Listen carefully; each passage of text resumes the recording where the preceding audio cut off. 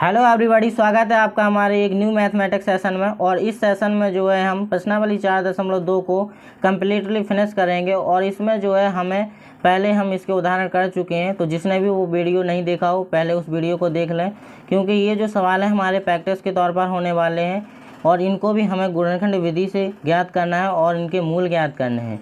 तो यहाँ पर हमारा पहला सवाल दिया गया है कि गुणनखंड विधि से निम्न द्विघात समीकरणों के मूल ज्ञात कीजिए।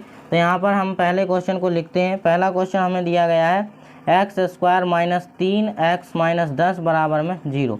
इस सवाल को हमें गुणनखंड विधि से करना है। तो हम गुणनखंड विधि से सवालों को किस प्रकार से हल करते आए हैं वो आप ने पिछले वीडियो में देखा होगा। तो यहाँ पर हम क्या करेंगे, यहाँ पर हम a × c बराबर b करेंगे। a हमारे पास 1 है, c हमारे पास 10 है और b हमारे पास 3 है। तो हमें ऐसी दो संख्याएं चाहिए जिनका हम गुणा करें तो 10 आए और उन दोनों संख्याओं को घटाएं तो हमारे पास 3 आए।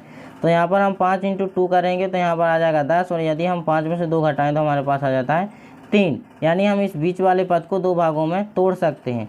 x² - 5x और -2x - 10 बराबर 0।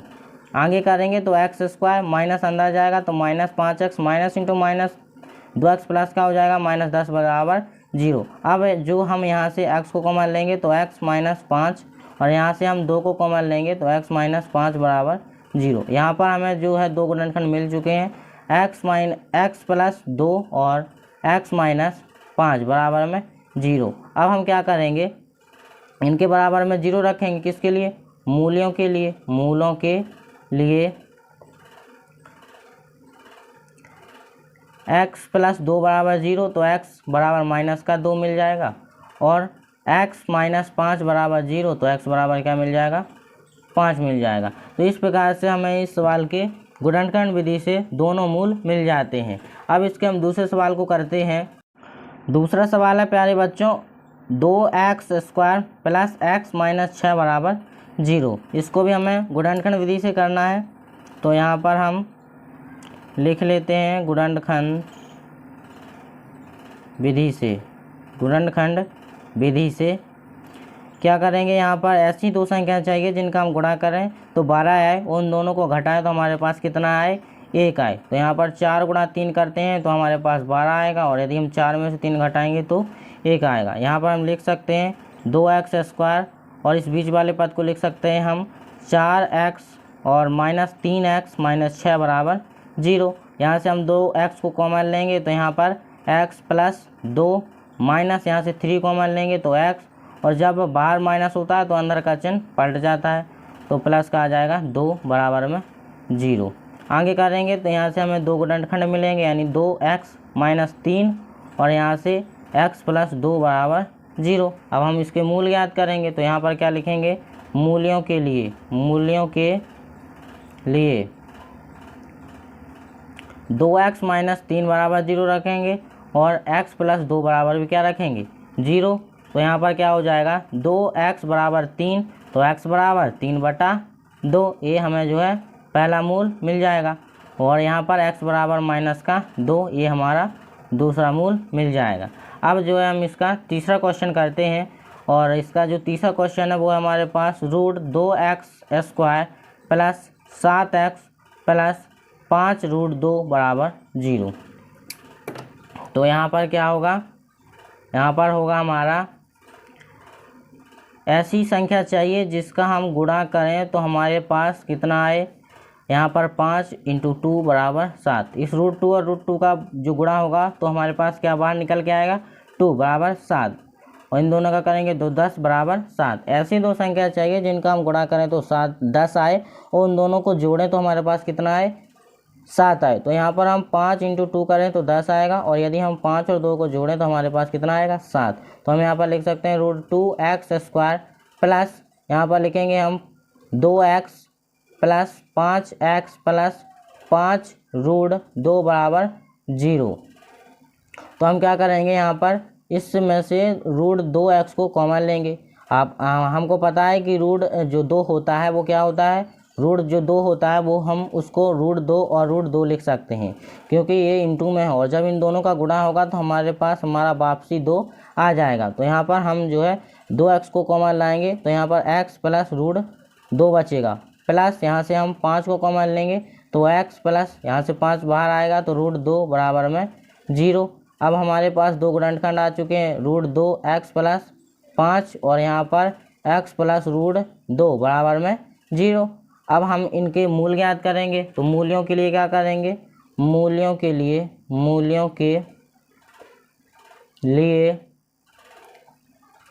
√2x प्लस 5 बराबर भी 0 रखेंगे और x प्लस √2 बराबर भी क्या रखेंगे, 0 रखेंगे।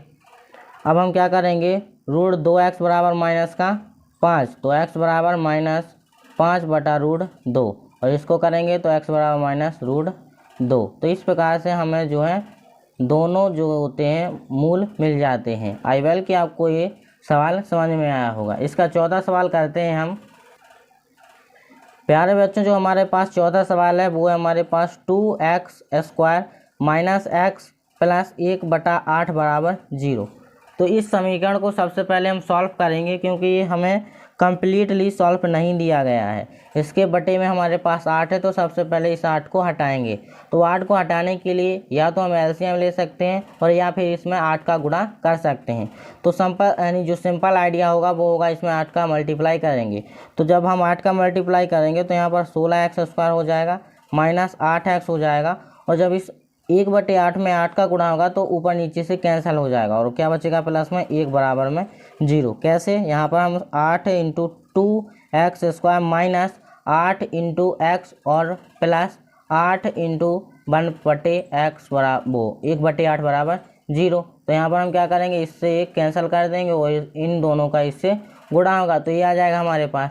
अब हम क्या करेंगे, हमें दो ऐसी संख्या चाहिए जिनका हम गुणा करें तो 16 है, उन दोनों को जोड़ें तो हमारे पास कितना है, 8 है। तो यहाँ पर हम 4 × 4 करेंगे तो हमारे पास कितना आएगा, 16 का आएगा, और यदि हम इन दोनों संख्याओं को ऐड करेंगे तो हमारे पास 8 आ जाएगा। तो इसको हम यहाँ पर लिख सकते हैं किस प्रकार, 16x² minus 4x plus 4x plus 1 बराबर में 0। और यहाँ पर हमारा 16x² माइनस 4x प्लस 1 बराबर 0। यहाँ से हम 4x को कॉमन लेंगे तो 4x माइनस 1, और यहाँ से कुछ भी कॉमन नहीं होता है तब हम 1 को कॉमन लेते हैं। तो यहाँ पर 4x, और जब बाहर माइनस होता है तो अंदर का चिन्ह पलट जाता है तो -1 बराबर 0 आएगा।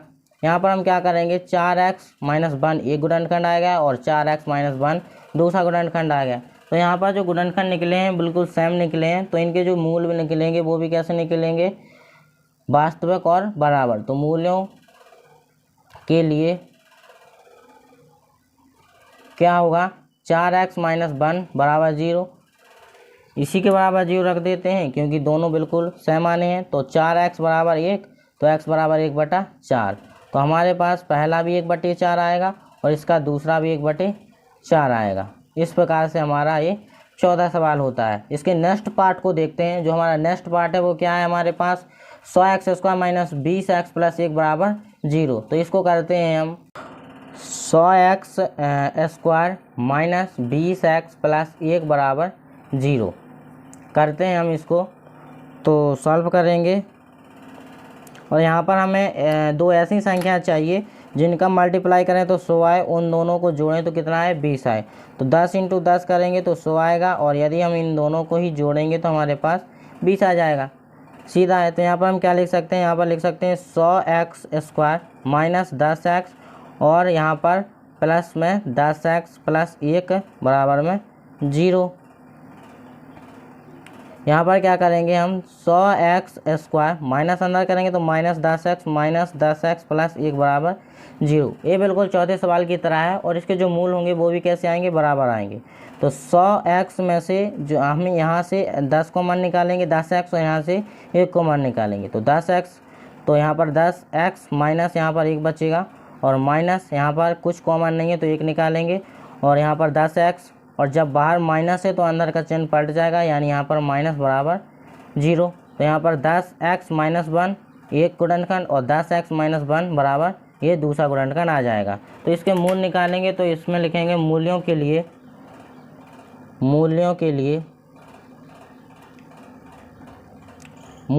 क्या आएगा, मूल्यों के लिए आएगा हमारा क्या, 10x माइनस 1 यानी 1 बराबर 0 तो 10, x बराबर 1 यानी x बराबर 1/10। और इसी प्रकार से क्या आ जाएगा हमारा x बराबर 1/10। तो इस प्रकार से जो होता है हमारे पहले क्वेश्चन के पाँचों सवाल जो हैं हल होते हैं। यहाँ तक यदि वीडियो पसंद आया हो तो वीडियो को लाइक करें, चैनल को सब्सक्राइब करें। चलिए हम आप क्वेश्चन नंबर दूसरे को करते हैं। डियर स्टूडेंट, और अब आ चुके हैं हम अपने क्वेश्चन नंबर 2 पर। क्वेश्चन नंबर 2 में कह रहा है कि उदाहरण 1 में दी गई समस्याओं को हल कीजिए। जब हमने इस चैप्टर का पार्ट 1 किया था तो उसमें हमने एक्सरसाइज 4.1 के उदाहरण किए थे और उदाहरण नंबर 1 में हमें 2 समस्याएं दी गई थी। उन दोनों समस्याओं को हमें द्विघात समीकरण के रूप में व्यक्त करना था और इस प्रश्नावली में हमें उन्हीं द्विघात समीकरणों को गुणनखंड विधि से हल करना है। तो हमारी पहली समस्या का जो द्विघात समीकरण आया था वो हमारे पास आया था x² - 45x बराबर में 324। तो हमें यहाँ पर एक यानी 2 ऐसी संख्या चाहिए जिनका हम गुणा करें तो 324 आए और उन दोनों को आपस में जोड़ें तो हमारे पास 45 आए। तो हम यहाँ पर 2 संख्याएं लेते हैं। यहाँ पर कौन कौन सी संख्याएं होगी हमारी?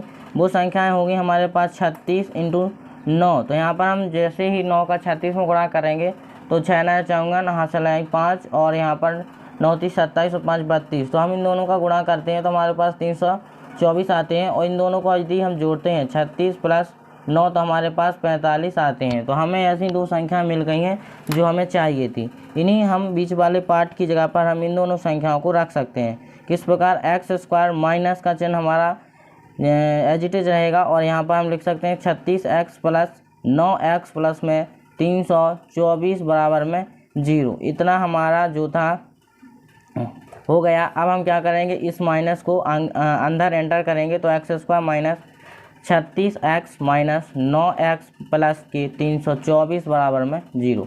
अब हम यहाँ पर जो है कॉमन लेंगे तो यहाँ पर हमारा केवल x कॉमन है तो हम यहाँ पर x कॉमन लेते हैं और यहाँ पर x माइनस का 36, यहाँ पर हम 9 को कॉमन लेंगे तो अंदर x, और जब बाहर माइनस होता है तो अंदर का चिन्ह जो है बदल जाता है और इस 9 का हम इसमें भाग करेंगे तो यहाँ पर कितना आ जाएगा हमारे पास 36 बराबर में 0।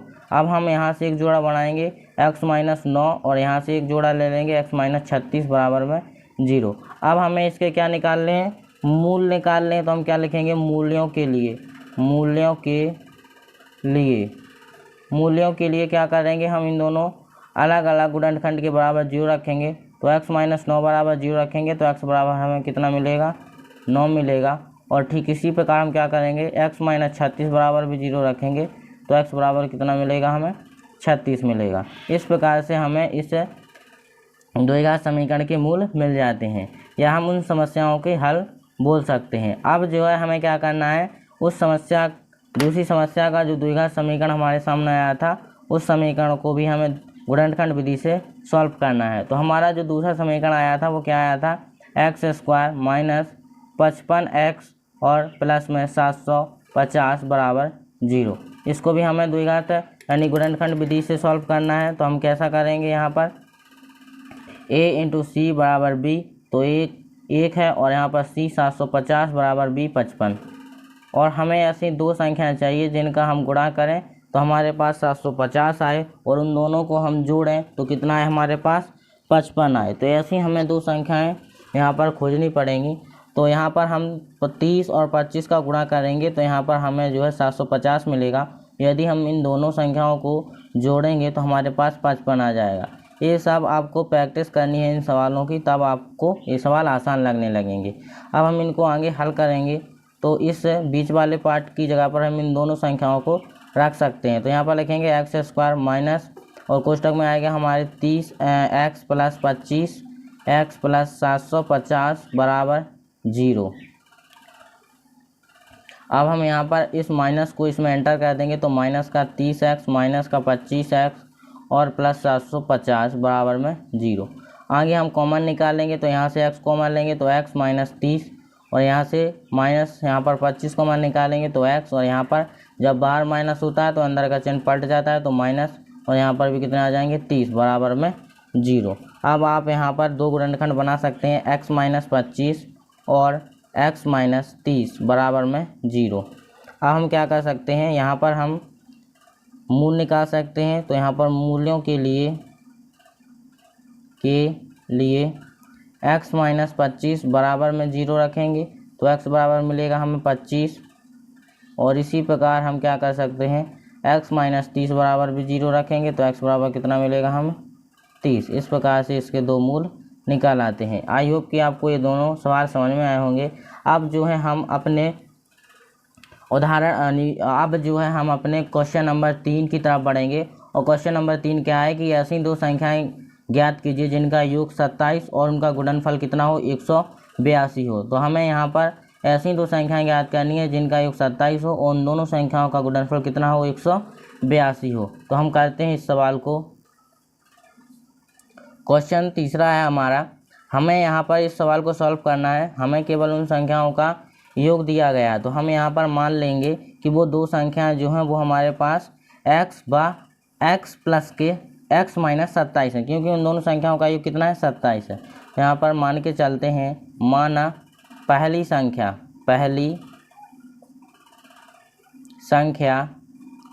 बराबर x। हमने पहली संख्या x मानी तो दूसरी संख्या कितनी हो जाएगी हमारे पास, दूसरी संख्या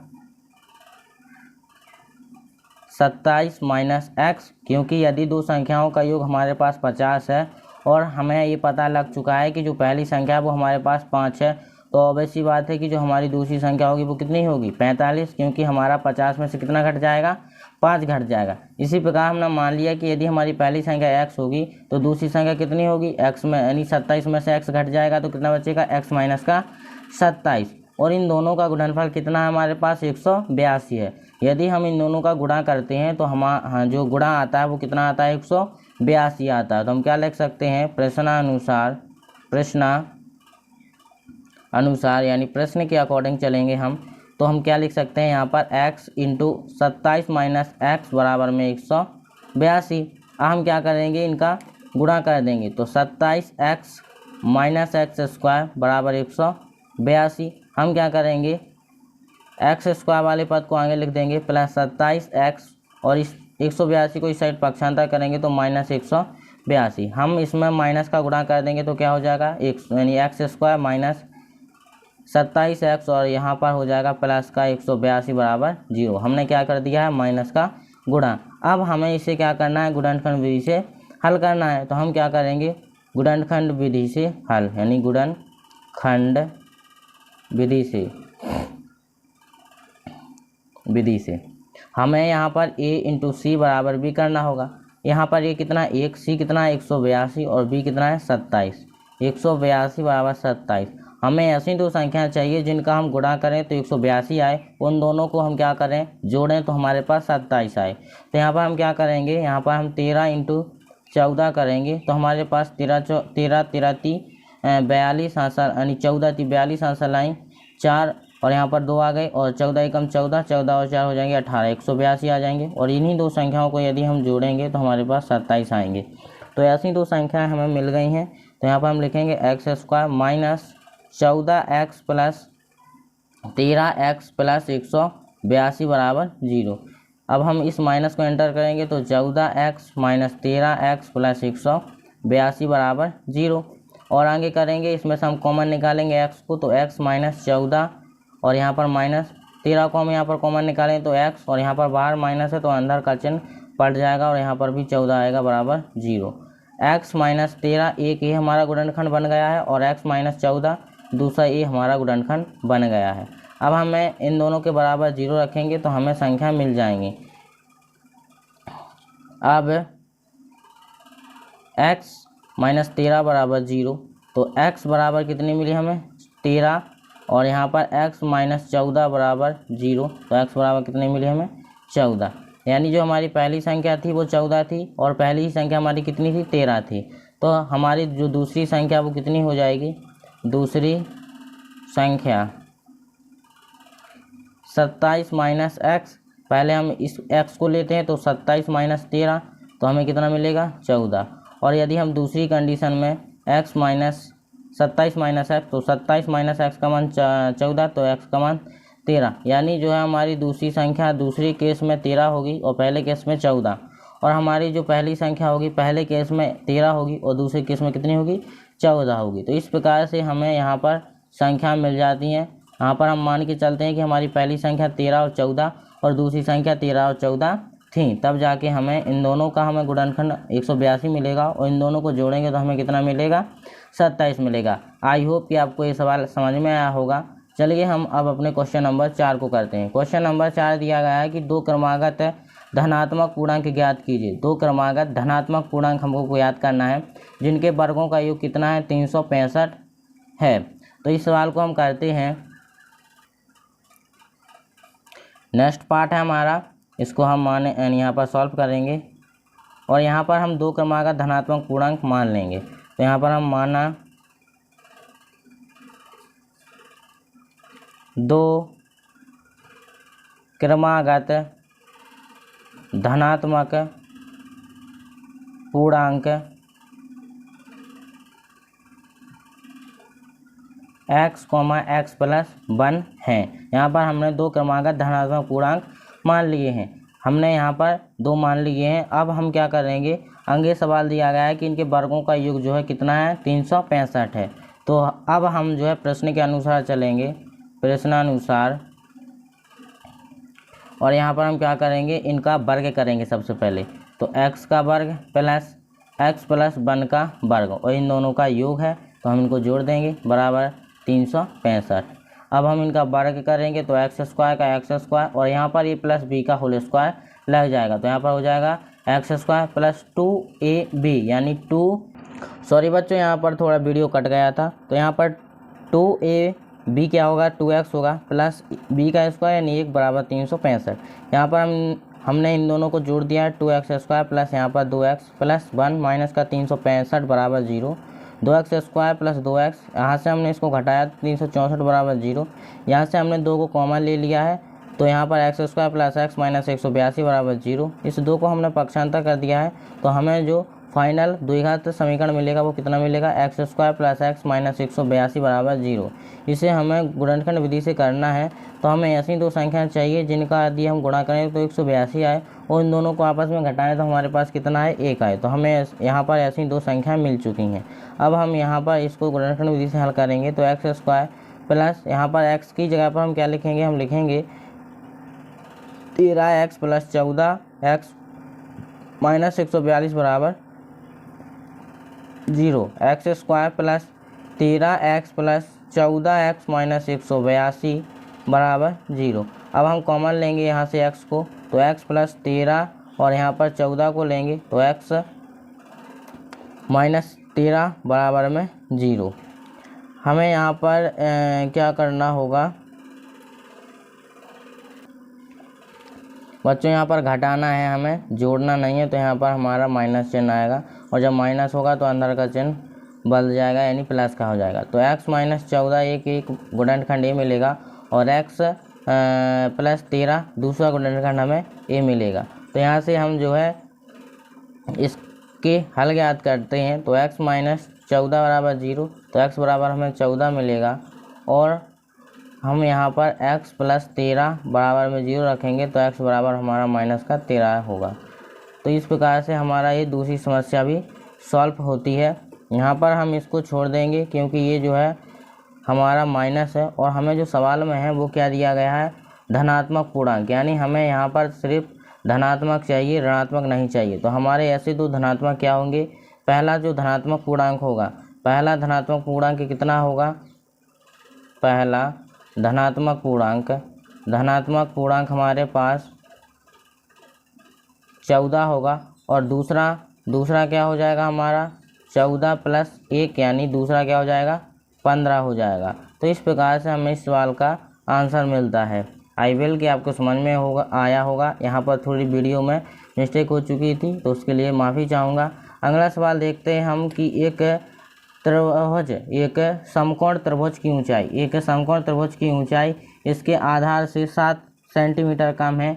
यदि कर्ण 13 सेंटीमीटर का हो तो अन्य दो भुजाएं ज्ञात कीजिए। यहाँ पर हमें एक समकोण त्रिभुज दिया गया है जिसकी ऊंचाई आधार से 7 सेंटीमीटर कम है और उसका कर्ण यदि 13 सेंटीमीटर हो तो हमें अन्य दो भुजाएं ज्ञात करनी है। अन्य दो भुजाएं कौन कौन सी, तो यहाँ पर हमें ऊंचाई और आधार जो है ज्ञात करना। तो इस समस्या को सॉल्व करते हैं। हमारा एग्जाम्पल वो सवाल नंबर 5 है, 5वां क्वेश्चन है हमारे पास। और हम यहाँ पर इसको सॉल्व करेंगे और यहाँ पर मान लेंगे, माना जो हमारी ऊंचाई रहेगी, ऊंचाई इसके आधार से 7 सेंटीमीटर कम है, यानी हमें यहाँ पर आधार को मानना पड़ेगा। आधार माना कि जो हमारा आधार है वो कितना है, x सेंटीमीटर।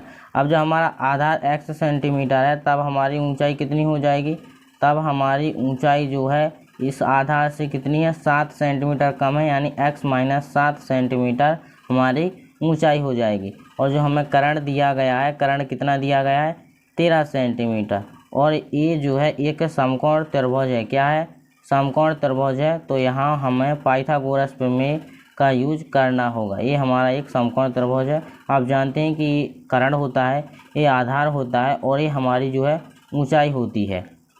तो हमें यहाँ पर क्या यानी किसका यूज करना है, पाइथागोरस का। तो हम यहाँ पर लिखेंगे पाइथागोरस प्रमेय से, पाइथागोरस प्रमेय से। तो यहाँ पर हमारा कर्ण का वर्ग यानी 13 का यहाँ पर वर्ग होगा, बराबर दोनों भुजाओं के वर्गों का योग, मतलब x का भी वर्ग होगा प्लस x माइनस 7 का होल वर्ग। तो यहाँ पर 13 का वर्ग है 169 और x का वर्ग x स्क्वायर प्लस यहाँ पर a माइनस बी का सूत्र लगेगा, तो x स्क्वायर माइनस 2ab यानी 2 7 14x और यहाँ पर 7 का वर्ग यानी b का वर्ग 7 7 49। अब हम इन दोनों को जोड़ देंगे तो यहाँ पर कितना आ जाएगा, 169 बराबर 2x square minus 14x plus 49। अब हम क्या करेंगे, इसको इस साइड लिख लेते हैं और इसको इस साइड लिख लेते हैं। तो 2x square minus 14x plus 49 बराबर में 169। अब हम इस 169 को पक्षांतर करेंगे तो 2x square minus 14x plus 49 minus 169 बराबर में 60। तो अब हम क्या करेंगे, 2x स्क्वायर माइनस 14x और यहाँ से हम इसको घटाएंगे तो बड़ी संख्या माइनस की है तो इसलिए माइनस का चिन्ह आएगा। और 169 में से हम जो है किसको घटाएंगे, 49 को घटाएंगे तो यहाँ पर बचेगा हमारा 120 बराबर में 0। यहाँ से हम चाहें तो 2 कॉमन ले सकते हैं, तो x स्क्वायर माइनस 7x और यहाँ पर माइनस का 60 बराबर में 0। अब इस 2 को कर दें आप पक्षांतर, तो x square minus 7x minus 60 बराबर में 0। अब जो हमारा फाइनल द्विघात समीकरण मिला हमें, ए मिला है। अब हम क्या करेंगे, इसको गुणनखंड विधि से सॉल्व करके 2 भुजाएं ज्ञात कर लेंगे। तो कौन सी विधि से सॉल्व करेंगे हम, गुणनखंड विधि से। गुणनखंड विधि से हम इसको सॉल्व करेंगे तो हमें क्या मिलेगा, हमें ऐसी 2 संख्या चाहिए जिनका गुणा कितना आए, 60 आए। उन दोनों संख्याओं को हम घटाएं तो कितना आए, 7 आए, क्योंकि यहाँ पर क्या है, माइनस है। तो हमें ऐसी 2 संख्या चाहिए। तो यदि हम 12 और 5 का गुणा करें तो 60 आएगा, और यदि हम 12 में से 5 को घटाएं तो हमारे पास 7 आएगा। तो यहाँ पर हम इन दोनों संख्याओं को पुट कर देंगे, यानी x स्क्वायर माइनस इस 7 x की जगह पर हम दोनों संख्या रखेंगे। कौन कौन सी यहाँ पर रखेंगे हम, 12x माइनस 5x और बराबर माइनस का 6 बराबर 0। अब हम क्या करेंगे, x स्क्वायर माइनस को अंदर करेंगे तो माइनस का 12 माइनस माइनस प्लस तो 5 आएगा हमारा, प्लस का माइनस 60 बराबर 0। आगे करेंगे तो यहाँ से x को कॉमन लेंगे तो x माइनस 12 प्लस 5 को कॉमन लेंगे तो x माइनस 12 बराबर में क्या आ जाएगा, 0। आगे करेंगे तो x प्लस 5 और यहाँ पर x माइनस 2 बराबर में 0। अब हमें जो है इसके अलग अलग बराबर 0 करने पड़ेंगे, तब जाके हमें x का मान मिल जाएगा। तो हम यहाँ पर दोनों गुणनखंड लिख लेते हैं, x प्लस 5 था और x माइनस 12 बराबर 0। चूँकि x प्लस 5 बराबर 0 तो x बराबर क्या मिलेगा, माइनस का 5, और दूसरा क्या मिलेगा, x माइनस 12 बराबर 0, तो x बराबर कितना मिलेगा, 12। अब हमें ये देखना है कि कोई भी जो ऊंचाई होगी, कोई भी हमारी जो माप होगी वो किस में नहीं होगी, ऋणात्मक में नहीं होगी। तो यह है ऋणात्मक में, इसलिए हम इसे नहीं लेंगे, क्या कर देंगे, छोड़ देंगे। हम लेंगे 12। तो यहाँ पर जो हमने x को माना था आधार, तो यहाँ पर हमारा जो आधार है वो कितना है, 12 सेंटीमीटर। तब हमारी ऊंचाई क्या निकलेगी, ऊंचाई जो थी इससे 7 कम थी, यानी 12 माइनस 7 तो कितना आएगा हमारा, 5 सेंटीमीटर। यानी जो हमारा 2 भुजाएं ज्ञात करनी थी, 2 भुजाएं में ज्ञात करनी थी, तो आधार हमारे पास कितना आया है, 12 सेंटीमीटर, और जो हमारे पास ऊंचाई आई है वो कितनी आई है 5 सेंटीमीटर। और हमारे पास कर्ण पहले से दिया गया था 13 सेंटीमीटर, तो हमें इसकी तीनों भुजाएं पता चल जाती हैं। आई विल कि आपको ये सवाल अच्छे से समझ में आया होगा। समझ में आया हो तो वीडियो को लाइक करें और चैनल को सब्सक्राइब जरूर कर दें। अगली जो हमारी समस्या है वो है हमारा क्वेश्चन नंबर 6, और वो कह रहा है कि एक कुटीर उद्योग एक दिन में कुछ बर्तनों का निर्माण करता है। एक विशेष दिन यह देखा गया है कि प्रत्येक नंग की निर्माण लागत उस दिन के निर्माण किए गए बर्तनों की संख्या के दुगने से 3 अधिक थी। यदि उस दिन जो है कुल निर्माण लागत 90 थी, तो निर्मित बर्तनों की संख्या और प्रत्येक नंग की लागत ज्ञात कीजिए। इस सवाल को आप ध्यान से पढ़िए। यहाँ कह रहा है कि कुछ यानी एक उद्योग है जो बर्तनों का निर्माण करता है। एक विशेष दिन यह देखा गया है कि प्रत्येक नंग की निर्माण लागत उस दिन निर्माण किए गए बर्तनों की संख्या के, उस दिन जो बर्तन निर्माण किए गए उनकी संख्या के दुगने से 3 अधिक थी, और उसकी जो निर्माण लागत थी उस दिन वो कितनी थी 90 थी। तो हमें इस सवाल को करना है। हम क्या करेंगे, सॉल्व करेंगे। हमारा लास्ट सवाल है। यदि हम ये मान के चलें, मोस्टली इन सभी सवालों में हमें मानना होगा। यहाँ पर हम मानते हैं, माना कि जो हमारा उस दिन निर्माण किए गए बर्तनों की संख्या, माना उस दिन निर्माण किए गए बर्तनों की संख्या हमने यहाँ पर मान ली x थी। कितनी थी? x थी। और उसकी जो उसकी निर्माण लागत थी वो किसके बराबर थी? अब हम प्रश्न के अनुसार चलेंगे। प्रश्नानुसार क्या है कि उसकी जो निर्माण लागत थी उस दिन निर्माण किए गए बर्तनों की संख्या के दुगने से 3 अधिक के बराबर थी। क्या कह रहा है सवाल कि एक कुटीर उद्योग में एक दिन में कुछ बर्तनों का निर्माण किया जाता है। एक विशेष दिन यह देखा गया है कि प्रत्येक नंग की निर्माण लागत उस दिन निर्माण किए गए बर्तनों की संख्या के दुगने से 3 अधिक थी, और उस दिन की जो निर्माण लागत थी वो कितनी थी 90 थी। तो हमने इसके बराबर में क्या रख दिया 90 रख दिया। और जो बर्तन की संख्या है वो कितनी है x, और बर्तनों की संख्या के दुगने से 3 अधिक के बराबर क्या थी उसकी निर्माण लागत थी। तो हम इन दोनों का क्या करेंगे गुणा। तो यहाँ पर 2x² प्लस का 3x बराबर में 90। इस प्रकार का एक जो है क्वेश्चन हम उदाहरण में भी कर चुके हैं। तो यहाँ पर हम क्या लिखेंगे 2x² प्लस 3x और 90 को कर देंगे पक्षांतर, तो बराबर 0 आ जाएगा। अब हमें यहाँ पर क्या करना है, ऐसी दो संख्याएं ज्ञात करनी है जिनका यदि हम गुणा करें तो 180 आए, और उन दोनों को घटाएं तो कितना आए हमारे पास 3 आए। कितना आए 3 आए। तो यहाँ पर हम इसको जो है गुणनखंड विधि से सॉल्व करेंगे। किस विधि से नहीं सॉल्व करेंगे? गुणनखंड विधि से सॉल्व करेंगे। तो यहाँ पर यदि हम 12 और 15 का गुणा करें तो हमारे पास 180 आता है, और यदि हम 15 में से 12 को घटाएं तो हमारे पास 3 आता है। तो हमें यहाँ पर ये संख्या मिल चुकी हैं। तो यहाँ पर हम क्या लिख सकते हैं 2x² प्लस इस 3x की जगह पर क्या लिखेंगे हम 15x माइनस 12x माइनस 90 बराबर 0। यहाँ से हम किसको कॉमन निकालेंगे? इसमें से हम x कॉमन निकाल लेते हैं। तो यहाँ पर बचेगा हमारे पास 2x और यहाँ पर बचेगा 15, माइनस यहाँ से निकालेंगे हम 12 को, यानी इसको 6 को कॉमन। किसको निकालेंगे? 6 को। 12 को कॉमन नहीं निकाल सकते क्योंकि 12 जो है 12 के पहाड़े में 90 नहीं आता, इसलिए 6 निकालेंगे। तो यहाँ पर जब बाहर माइनस है तो अंदर का चिन्ह पलट जाएगा। तो यहाँ पर 2x और माइनस की जगह पर प्लस हो जाएगा, और यहाँ पर हम 6 का इसमें भाग करेंगे तो हमारे पास कितना आ जाएगा 12 बराबर में 0।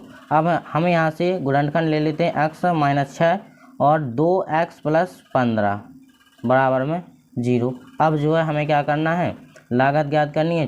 तो हम इसके बराबर 0 रखेंगे, तो x माइनस 6 बराबर 0, यानी x बराबर कितना मिला हमें 6 मिला। और हम 2x प्लस 15 बराबर 0 रखेंगे, तो 2x बराबर माइनस का 15 और x बराबर माइनस का 15/2। तो इस चीज़ को क्या कर देंगे हम छोड़ देंगे, क्योंकि कोई भी किसी भी चीज़ का मूल ऋणात्मक में नहीं आता है। तो उस दिन जो वस्तुएं निर्माण किए गए थे, बर्तन निर्माण किए गए थे, उस दिन कितने बर्तन निर्माण किए गए थे 6 बर्तन निर्माण किए गए थे। कितने बर्तन निर्माण किए गए थे 6, और प्रत्येक की निर्माण लागत ज्ञात कीजिए। तो हम जो है 90 को 6 से डिवाइड कर देंगे, तो यहाँ पर हमें कितनी मिल जाएगी 12। कितनी मिल जाएगी 12। यहाँ पर हमें जो निर्माण लागत मिलेगी वो कितनी मिलेगी 15 रुपये। कितने मिलेगी? 15 रुपये, यानी प्रत्येक नंग की कीमत 15 रुपये थी। और उस दिन कितने बर्तन निर्माण किए गए थे? 6। तो आप जो है इसके अतः में क्या लिख सकते हैं? आप लिख सकते हैं अतः उस दिन कुल बर्तन निर्माण किए गए कुल बर्तन, अतः उस दिन निर्माण किए गए कुल बर्तनों की संख्या 6 थी तथा प्रत्येक नंग की लागत 15 रुपये थी। इस प्रकार से आपकी प्रश्नावली 4.2 खत्म होती है। आई होप कि आपको जो है यह प्रश्नावली अच्छे से समझ में आई होगी। यदि समझ में आया हो तो हमारे चैनल को सब्सक्राइब जरूर करें और अपने मित्रों के साथ शेयर जरूर करें। मिलते हैं किसी नेक्स्ट टॉपिक में किसी नए प्रश्नावली के साथ। तब तक के लिए जय हिंद, जय भारत, वंदे मातरम।